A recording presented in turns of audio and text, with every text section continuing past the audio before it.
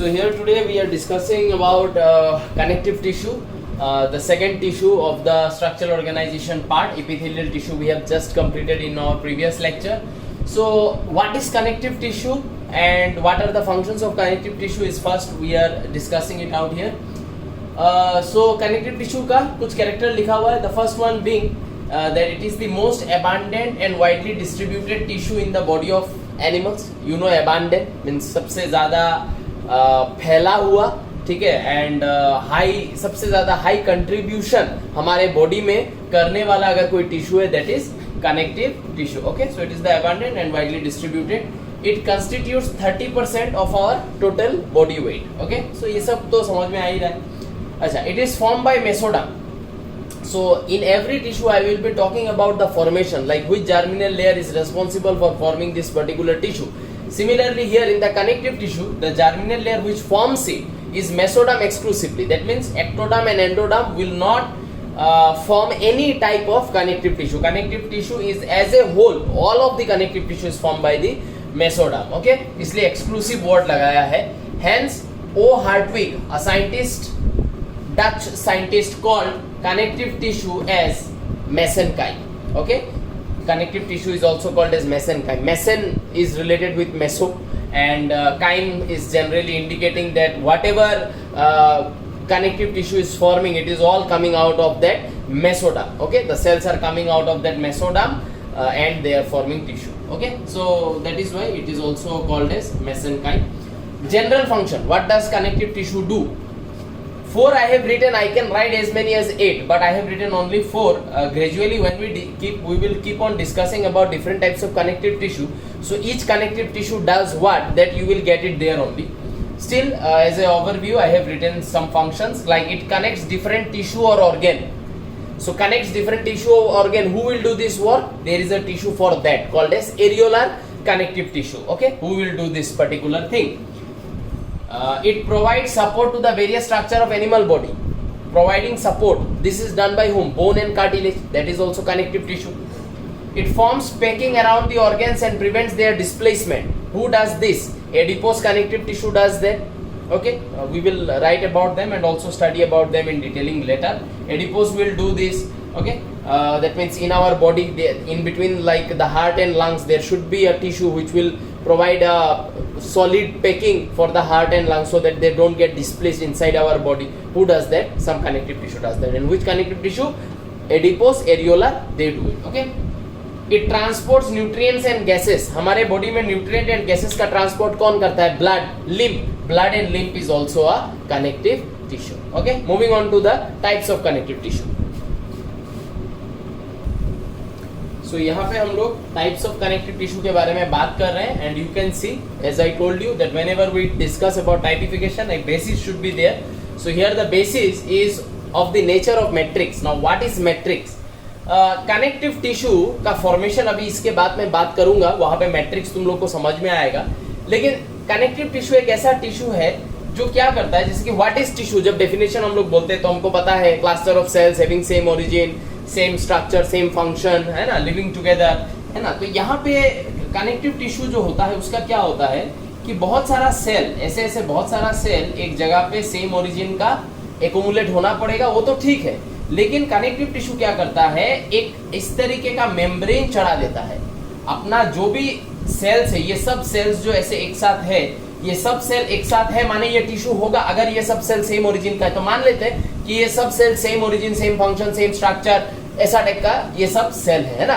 तो ये सब सेल जब एक जगह पे एक्युमुलेट होगा और होके एक टिश्यू बनाने वाला है, तब एक इस तरीके का कवर चढ़ जाता है कनेक्टिव टिश्यू के अंदर. तो उस कवर के अंदर का जो ये जो जगह है, कवर के अंदर का जो जगह है जिसमें ये सेल एक साथ एक क्लस्टर बन के एक टिश्यू बन रहा है, तो ये जो अंदर का जगह है, इस अंदर के जगह को हम लोग क्या बुलाते हैं? इस अंदर के जगह को हम लोग बुलाते हैं matrix. In case of epithelial tissue इस तरीके का कोई मेम्ब्रेन फॉर्मेशन नहीं होता. In case of epithelial tissue अगर बहुत सारा सेल एक साथ ऐसे करके जुड़ जाता है, ठीक है, इस तरीके से एक साथ जुड़ जाता है. अगर एक लेयर होता है तो सिंपल, अगर इस तरीके का एक के ऊपर दूसरा लेयर होगा, एक के ऊपर दूसरा लेयर होगा तो कंपाउंड. तो कंपाउंड हो चाहे सिंपल हो, इन सबको एक अलग ऐसा कोई मेम्ब्रेन नहीं होगा जो इनको इस तरीके से जोड़ेगा या घेर के रखेगा. समझ में आया ना? In case of epithelial tissue ऐसा कोई मेम्ब्रेन नहीं होगा कि उन सब क्लस्टर ऑफ सेल को पकड़ के रखे, लेकिन in case of connective tissue इस तरीके का मेम्ब्रेन होता है जो अंदर के सब सेल्स को जो एक साथ मिलकर टिश्यू बना रहा है उनको एनवेलप करके रखता है। ठीक है, तो ये जो मेम्ब्रेन है, इस मेम्ब्रेन का नाम है डिवॉप्स मेम्ब्रेन। ठीक है, और अभी इसके बाद हम लोग फॉर्मेशन ऑफ कनेक्टिव टिश्यू का मैकेनिज्म पढ़ेंगे, उसमें डिवॉप्स मेम्ब्रेन क्लियर होगा। डिवॉप्स मेम्ब्रेन के अंदर का जो स्पेस है जहां पे ये सब सेल एक साथ एक्युमुलेट होकर एक कनेक्टिव टिश्यू बना रहा है, उस स्पेस को मैट्रिक्स बोला जाता है। और ये बोला जा रहा है on the basis of nature of matrix. किसी किसी कनेक्टिव टिश्यू का अंदर का जो ये मैट्रिक्स है, ये मैट्रिक्स थोड़ा सा ढीला ढीला टाइप का है। ठीक है, किसी का थोड़ा सा डेंस है, मतलब थोड़ा सा थिकर है, एंड किसी का एकदम सॉलिड है, किसी का बिल्कुल पानी पानी टाइप का है। तो उस बेसिस पे हम लोगों ने कनेक्टिव टिश्यू को 3 टाइप्स में डिवाइड किया। लूज कनेक्टिव टिश्यू माने मैट्रिक्स का अंदर लूज, उसके अंदर 2 कनेक्टिव टिश्यू के बारे में पढ़ना है, एरियोलर, एडिपोस। अंदर मैट्रिक्स डेंस, उसके अंदर में हम लोग को 2 के बारे में पढ़ना है, dense regular, dense irregular. Dense regular, dense irregular. तो डेंस रेगुलर के अंदर टेंडन, लिगामेंट क्या करता है नहीं करता है, थोड़ा इनके बारे में भी पढ़ना है। देन है स्पेशलाइज कनेक्टिव टिश्यू, उसका एक है skeletal connective tissue. Skeletal connective tissue का मैट्रिक्स होगा सॉलिड, उसके अंदर में पढ़ेंगे cartilage, bone. Specialise connective tissue fluid connective tissue, जिसका मैट्रिक्स पूरा फ्लूइड टाइप का है, उसके अंदर पढ़ेंगे ब्लड एंड लिंक। तो ये है overview of the connective tissue जो हम लोग को पढ़ना है इंडिविजुअली, इन सब चीजों को पढ़ना पड़ेगा। ठीक है, तो ये हुआ types of connective tissue on the basis of matrix, ये डिवीजन है और यही हम लोग फॉलो करेंगे। अब हम लोग पढ़ेंगे कि फॉर्मेशन ऑफ कनेक्टिव टिश्यू, एक कनेक्टिव टिश्यू फॉर्म कैसे होता है, और वही है basic of formation of all the connective tissue. कोई भी कनेक्टिव टिश्यू में जाएंगे, ये बेसिक लगा देंगे, उसका फॉर्मेशन कैसे हुआ समझ में आ जाएगा। ठीक है, तो अभी ये तुम लोग नोट बना लो, moving on to the formation of connective tissue. तो अभी mechanism of formation of connective tissue पढ़ेंगे, ध्यान से इसको सुनना और समझना। ठीक है, हमको पता है कनेक्टिव टिश्यू को फॉर्म करता है हमारा कौन सा जर्मिनल लेयर, मेसोडर्म। तो मेसोडर्म कैसे फॉर्मेशन करेगा एक कनेक्टिव टिश्यू का, वो हम लोग पढ़ रहे हैं। ठीक है, सो ये जो डिस्कशन अभी चल रहा है, this is the thing which happens in our body during embryogenesis. Embryo तो समझ में आता है, जेनेसिस माने है फॉर्मेशन। तो जब हमारा एम्ब्रायो का डेवलपमेंट, एम्ब्रायो का फॉर्मेशन, ठीक है ना, वो जब चल रहा होता है तब हमारे बॉडी में मेसोडर्म का फॉर्मेशन होता है। ये जो मेसोडर्म है, ये जो जर्मिनल लेयर है मेसोडर्म, ये फॉर्मेशन हो जाने के बाद ये मेसोडर्म क्या करता है, ये मेसोडर्म का ड्यूटी है बॉडी में कनेक्टिव टिश्यू बनाना है। तो कैसे ये मेसोडर्म कनेक्टिव टिश्यू बनाएगा, ये मेसोडर्म क्या करेगा, ये मेसोडर्म करेगा माइटोसिस, और माइटोसिस करके ये अपने से अपना जैसा कुछ सिमिलर सेल्स बनाएगा। ठीक है, तो जो सेल्स बनाएगा उस सेल को मैं क्या सेल बोल सकता हूँ, माइटोसिस करके जो बनाएगा मेसोडर्मल सेल्स बोल सकता हूँ। ठीक है, ये जो मेसोडर्मल सेल है, ठीक है, ये जो मेसोडर्मल सेल है, ये मेसोडर्मल सेल को हम लोग मेसेनकाइमल सेल भी बुला सकते हैं, बिकॉज ये जो मेसोडर्मल सेल है इसका काम है आगे जाके एक कनेक्टिव टिश्यू बनाना। And any cell of mesoderm which is related with the connective tissue is called as mesenchyme.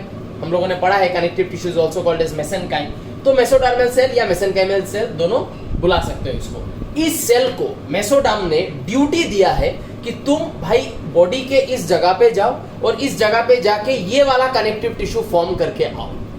ठीक है, मेसोडर्म कुछ सेल को हमारे बॉडी के एंटेरियर पार्ट, ऊपर का पार्ट, एंटेरियर पार्ट में भेजेगा, इसी सेल को भेजेगा, बोलेगा तो कि तुम बॉडी के एंटेरियर पार्ट में जाओ एंड वहां जाके मुझे स्काल बनाओ, बोन बनाओ, या तुम एंटेरियर पार्ट में जाओ, वहां जाके तुम एक एडिपोस टिश्यू बनो, या एंटेरियर पार्ट में जाओ, वहां पे जाके तुम कोई टेंडन बन जाओ, लाइक दैट। इसको मिलेगा वर्क, इस सेल को मिलेगा कोई काम जो आगे जाके उसको जो भी कनेक्टिव टिश्यू बनाना है उसका काम इसको मिला है। ठीक है, अब ये सेल जो है, ये सेल क्या करेगा, ये cell moves to its target place, जहां पे जाके इसको एक कनेक्टिव टिश्यू बनाना है उस जगह पे ये माइग्रेट करेगा, मूव करेगा। सेल माइग्रेशन होता है हमारे बॉडी में, cell migration is called as morphogenetic movement.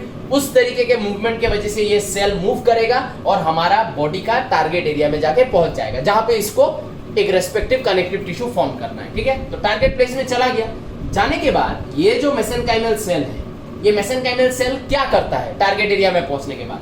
Target area में पहुंचने के बाद सबसे पहला काम जो ये मेसेनकाइमल सेल करेगा, ये मेसेनकाइमल सेल अपने ऊपर एक सेल मेम्ब्रेन का फॉर्मेशन करेगा। तो पहला काम जो इसने किया है दैट इज फॉर्मेशन ऑफ क्या? बहुत बड़ा सेल मेम्ब्रेन टाइप, लेकिन है वो सेल मेम्ब्रेन नहीं, वो एक टिश्यू मेम्ब्रेन बनने वाला है।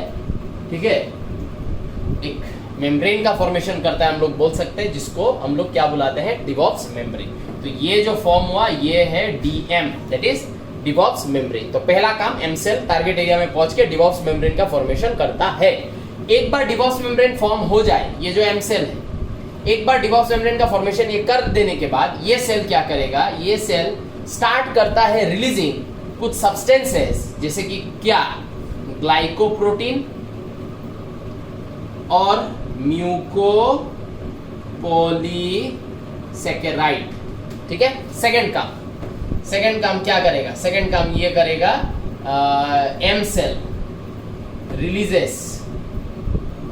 रिलीजेस ग्लाइकोप्रोटीन प्लस म्यूकोपॉलीसैकेराइड, ठीक है, प्लस हाइलुरोनिक एसिड लिख सकते हो, hyaluronic acid is a type of mucopolysaccharide. ठीक है, तो ये सब चीजों का रिलीज करेगा। ये सब चीज जो रिलीज हुआ है, ये सब चीज क्या फॉर्म करेगा? ये सब चीज फॉर्म करेगा, forms the basis of matrix. समझ में आया? ये जगह को फिलअप करेगा, जिसको हम लोगों ने थोड़ा देर पहले मैट्रिक्स बोला था। तो यहाँ पे बेसिकली सेकंड पॉइंट में हम लोग ये बोल रहे हैं कि एम सेल पहला पॉइंट में डिवॉप्स मेम्ब्रेन बना रहा है, सेकंड पॉइंट में एम सेल अपने अंदर कुछ सीक्रेट कर रहा है जो मैट्रिक्स का बेस बनेगा, the main portion of the matrix, the main contribution, the main constituent of the matrix release करेगा। कौन? ये एम सेल। ये है second activity. Third activity is very important. Third activity decide करेगा कि ये जो बनाया जा रहा है, ये जो प्रिपरेशन चल रहा है एक टिश्यू बनाने का, ये कौन सा टाइप ऑफ कनेक्टिव टिश्यू बनने वाला है।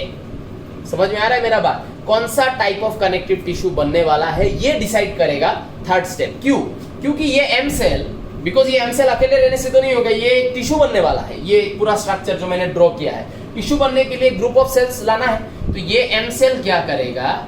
ये एम सेल कुछ, ठीक है, ये एम सेल पहले यू कैन से ये एम सेल करेगा माइटोसिस, और माइटोसिस करके ये बन जाएगा मेनी एम सेल, माने मेनी मेसेनकाइमल सेल में ये कन्वर्ट हो जाएगा। माइटोसिस करेगा तो इक्वेशनल डिवीजन।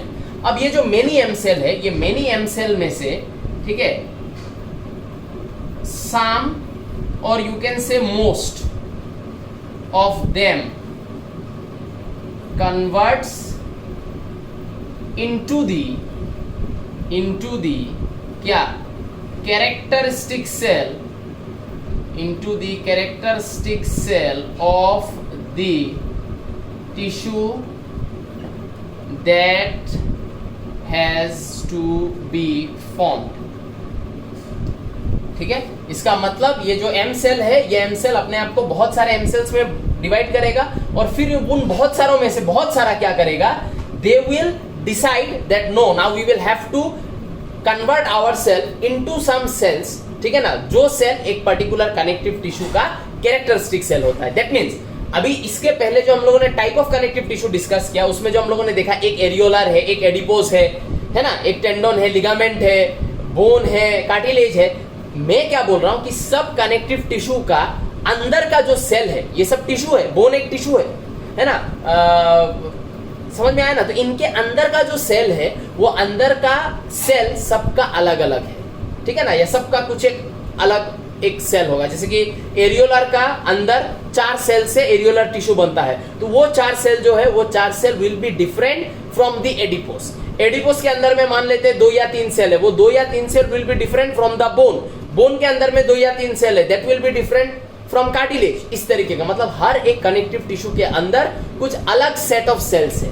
ठीक है ना, जो सेल्स उस टिश्यू का क्या बोले, मतलब फंक्शन को डिटरमाइन करता है, जिसके वजह से हम लोगों ने अलग अलग किया। ऑब्वियसली बॉडी में एरियोलर कुछ और कर रहा है, एडिपोस कुछ और कर रहा है, इसलिए लूज के अंदर में हम लोगों ने एरियोलर को अलग किया, एडिपोस को अलग किया। तो इन दोनों में अलग क्या है, अलग है ये सेल्स, ठीक है ना। अब हम लोग देखेंगे most of them converts into the characteristic cell of the tissue that has to be form. अब हम लोग को इमेजिन करना पड़ेगा कि ये जो हम लोग डिस्कस कर रहे हैं ये क्या टिश्यू बनना चाहता है। मान लेते हैं, हम लोग कंसीडर करते हैं पहला टिश्यू कि ये आगे जाके या फिर ये जो मेसोडर्म ने इसको भेजा था यहाँ पे एक टिश्यू फॉर्म करने के लिए, मान लेते हैं वो टिश्यू है एरियोलर टिश्यू, जिसको फॉर्म करने के लिए यहाँ पे भेजा गया था, ठीक है ना। तो अब एरियोलर टिश्यू का क्या क्या कैरेक्टरिस्टिक सेल यहाँ पे बनेगा। यहाँ पे बनेगा पहला जो सेल है उसका नाम है फाइब्रोब्लास्ट सेल। ये फाइब्रोब्लास्ट सेल जो है, ये फाइब्रोब्लास्ट सेल क्या करता है, ये फाइबर्स रिलीज करता है, ठीक है, ये फाइबर्स रिलीज करता है। तो फाइबर जब यहाँ पे रिलीज होगा, लेकिन कम फाइबर रिलीज होगा क्योंकि ये लूज एरियोलर अगर है, areolar is a loose connective tissue, fibre ज्यादा होने से मैट्रिक्स जो है वो सॉलिड बन जाएगा। तो यहाँ पे फाइबर्स रिलीज करेगा ये वाला सेल, लेकिन कम रिलीज करेगा, ठीक है। अच्छा, एक और सेल यहाँ पे पाया जाएगा जिसका नाम हो जाएगा क्या, जिसका नाम हो जाएगा मास्ट सेल। एक और सेल हम लोग को मिलेगा यहाँ पे जिसका नाम होगा प्लाज्मा सेल, ठीक है। ये सब सेल का फंक्शन क्या है वो एरियोलर आने पे डिस्कस कर रहा हूँ, यहाँ पे बस आइडिया डिस्कस कर रहा हूँ, ठीक है।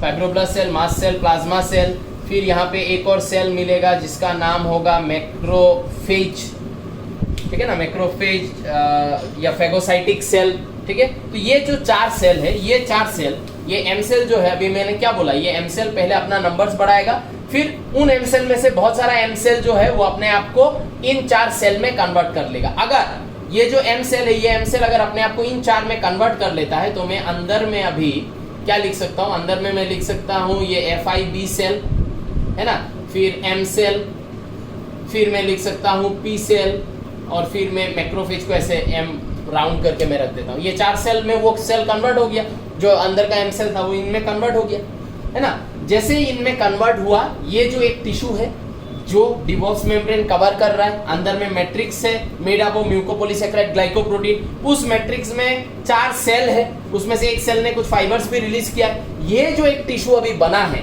इस टिश्यू को हम लोग क्या बुलाएंगे, इसको हम लोग बुलाएंगे loose connective tissue. And loose connective tissue में ये कौन सा टिश्यू है, ये है एरियोलर टिश्यू। क्यों, क्योंकि अंदर में जो सेल्स है वो सब एरियोलर टिश्यू का कैरेक्टरिस्टिक सेल है।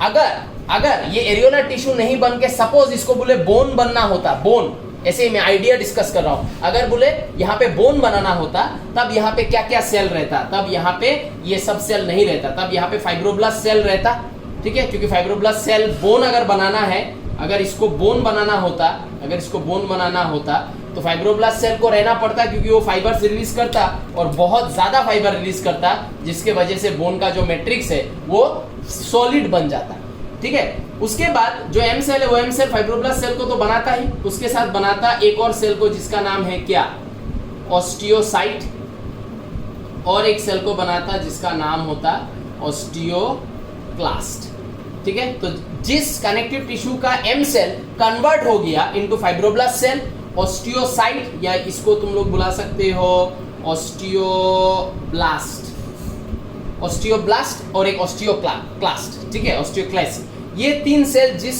मैट्रिक्स में आ गया वो पूरा का पूरा स्ट्रक्चर कन्वर्ट हो जाएगा किसमें, बोन में। आइडिया समझ में आया होगा कि एम सेल अपने आप को क्या क्या सेल में कन्वर्ट करता है, ठीक है। तो जो सेल में वो कन्वर्ट करेगा उसके अकॉर्डिंगली वो कनेक्टिव टिश्यू का फॉर्मेशन होगा। अगर यहाँ पे fibroblast cell, mast cell, plasma cell और मैक्रोफेज में एम सेल कन्वर्ट होता है तो ये कनेक्टिव टिश्यू एरियोलर बन जाएगा। अगर एम सेल यहाँ पे फाइब्रोब्लास्ट सेल, ऑस्टियोब्लास्ट, ऑस्टियोक्लास्ट में कन्वर्ट होता है तो ये स्ट्रक्चर बोन में कन्वर्ट हो जाएगा, ठीक है। सो आई होप ये आइडिया जो है वो समझ में आया होगा तुम लोगों को, ठीक है। सो this is how a connective tissue is form, ठीक है। तो अगर ये समझ में आया है तो मैं यहाँ पे एक और पॉइंट ऐड कर देता हूँ, जैसे कि यहाँ से अभी बोन का मैंने एग्जांपल देके तुम लोग को समझाया, लेकिन let's remove bone, let's remove this osteoblast and osteoclast and let's go with the areolar only, ठीक है। क्योंकि फाइब्रोब्लास्ट सेल, ठीक है, मास्ट सेल, उसके बाद पीसी, प्लाज्मा सेल, मैक्रोफेज, ये चार है। इस ग्लाइकोप्रोटीन में फाइबर्स का नंबर कम है, ये एक लूज कनेक्टिव टिश्यू है, ठीक है, ये हमारा लूज कनेक्टिव टिश्यू है, ये एरियोलर कनेक्टिव टिश्यू है, ठीक है, ये मान लेते हैं। अभी ये जो मेनी एम सेल में से मोस्ट ऑफ देम अपने आप को कन्वर्ट करके एरियोलर टिश्यू का कैरेक्टरिस्टिक सेल में कन्वर्ट किया, दैट इज ओके, लेकिन कुछ फ्यू कन्वर्ट नहीं भी हुआ होगा, है ना। मोस्ट ऑफ देम कन्वर्टेड माने most of them differentiated, few undifferentiated M cell भी रहा होगा।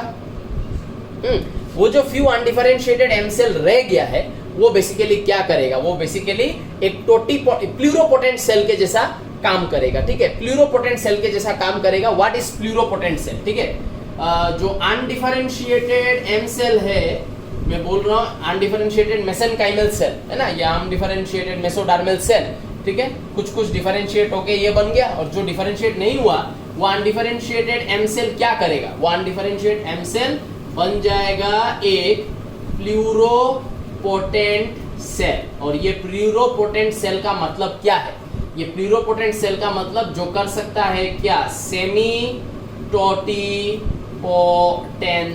टोटीपोटेंसी हम लोगों ने एनिमल किंगडम में डिस्कस किया है। टोटीपोटेंट सेल अपने आप को किसी भी दूसरे सेल में कन्वर्ट कर सकता है। सेमी टोटीपोटेंट माने आधा टोटीपोटेंट, माने ये जो सेल है ये सेल अपने आप को क्या कर सकता है, ये अपने आप को derivatives of connective tissue, connective tissue का किसी भी सेल में कन्वर्ट कर सकता है।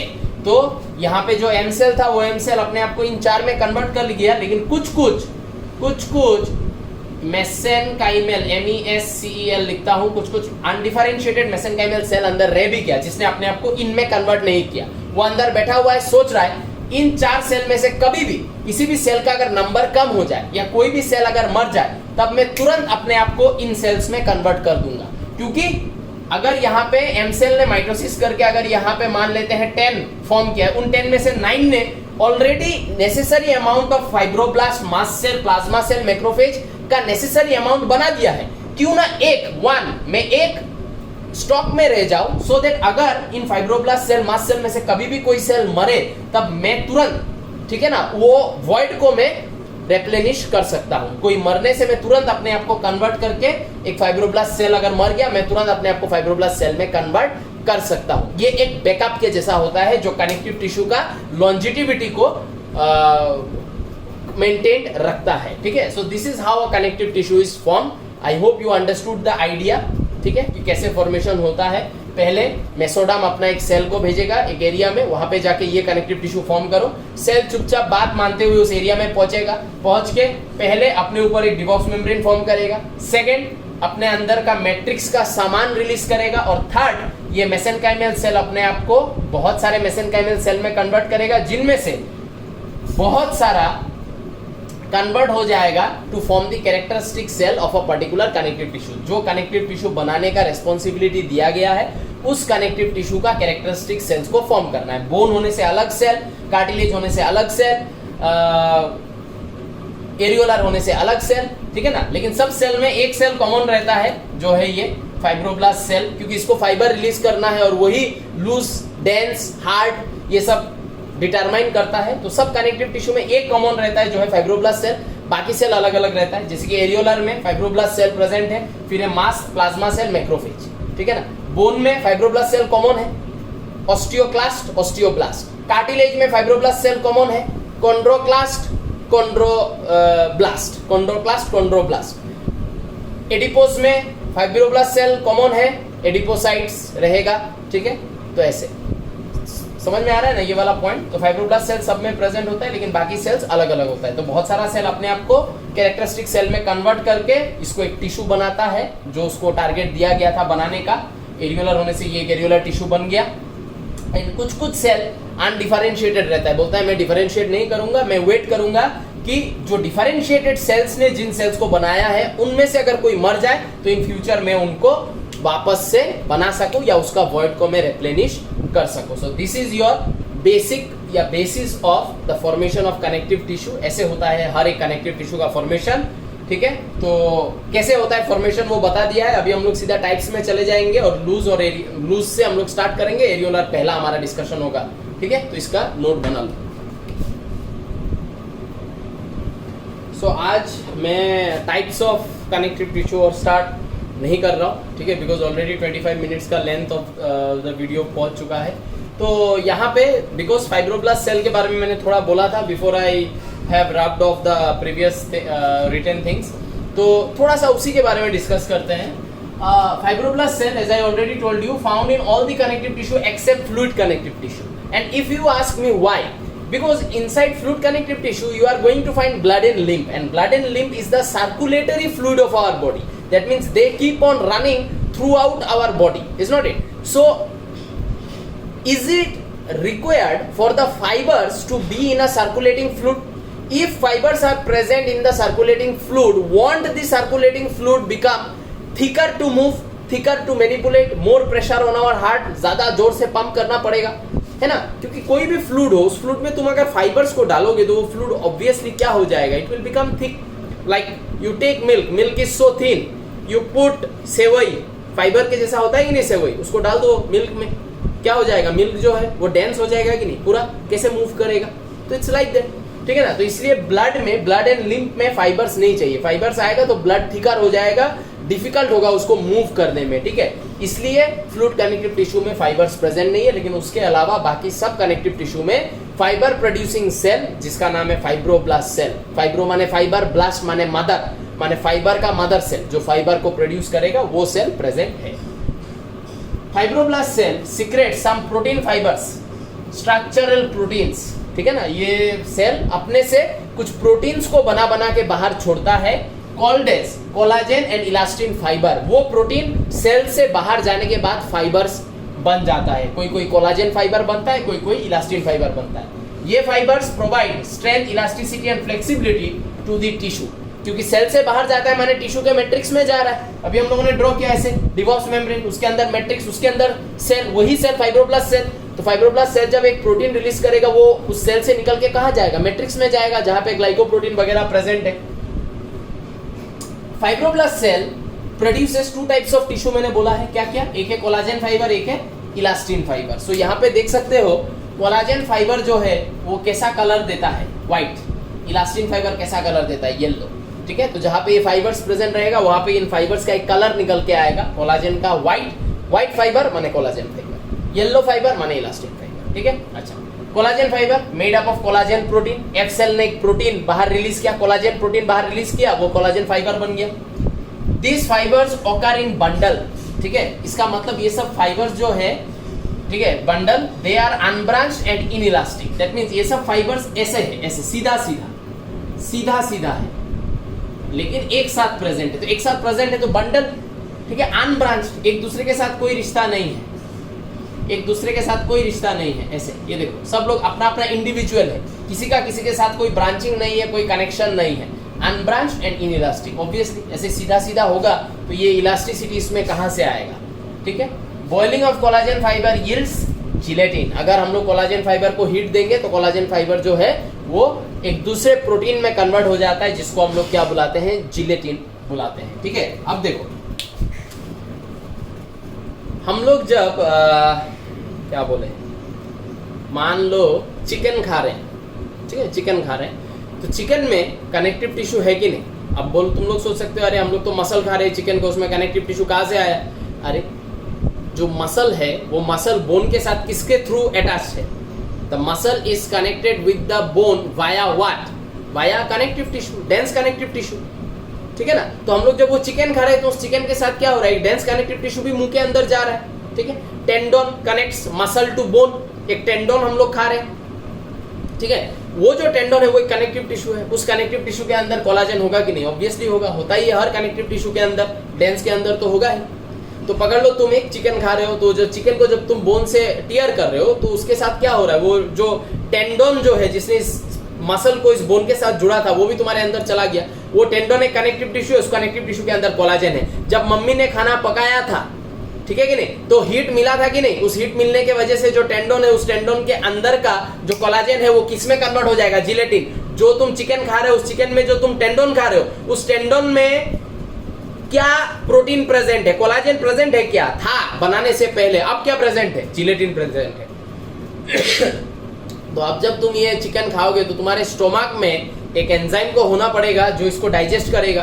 तो जब तुम वो टेंडोन खा रहे हो तो तुम्हारे स्टोमक में क्या एंजाइम प्रेजेंट रहेगा? कोलाजेनेस प्रेजेंट रहेगा या जिलेटिनेस प्रेजेंट रहेगा? ऑब्वियसली जिलेटिनेस प्रेजेंट रहेगा, क्योंकि खाना पकाने के टाइम में कोलाजेन जिलेटिन में कन्वर्ट हो गया। दैट इज व्हाई हमारे बॉडी में कोलाजेनेस बोल के कोई एंजाइम नहीं होता है, लेकिन जिलेटिनेस बोल के एक एंजाइम होता है जो कौन छोड़ता है? पेनक्रियास छोड़ता है। ठीक है, in order to digest whom? The gelatin protein, because whenever we are eating anything which is animal based food, उसमें कोलाजेन होगा ही होगा, और वो कोलाजेन जिलेटिन में कन्वर्ट हो जाता है जब उसको हीट मिलता है, और बिना हीट किए तो हम लोग खाएंगे नहीं। ठीक है ना? तो आई होप यू अंडरस्टूड कि मैं क्या बोलना चाह रहा था यहाँ पे।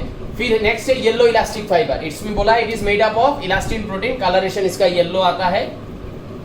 दे आर ब्रांच्ड एंड इलास्टिक, मतलब ये लोग ऐसा टाइप का होता है, ऐसे ऐसे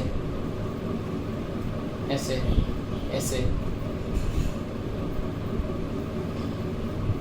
ऐसा ऐसा टाइप का होगा। तो ब्रांचिंग है, ठीक है, एक दूसरे फाइबर के बीच में ब्रांचिंग है, प्लस ब्रांचिंग होने की वजह से इन लोगों को एक जगह पे एकोमुलेट होना नहीं पड़ा, तो ये लोग बंडल जैसा नहीं बना, ये लोग स्कैटर्ड टाइप का है, इसके वजह से इलास्टिसिटी भी है।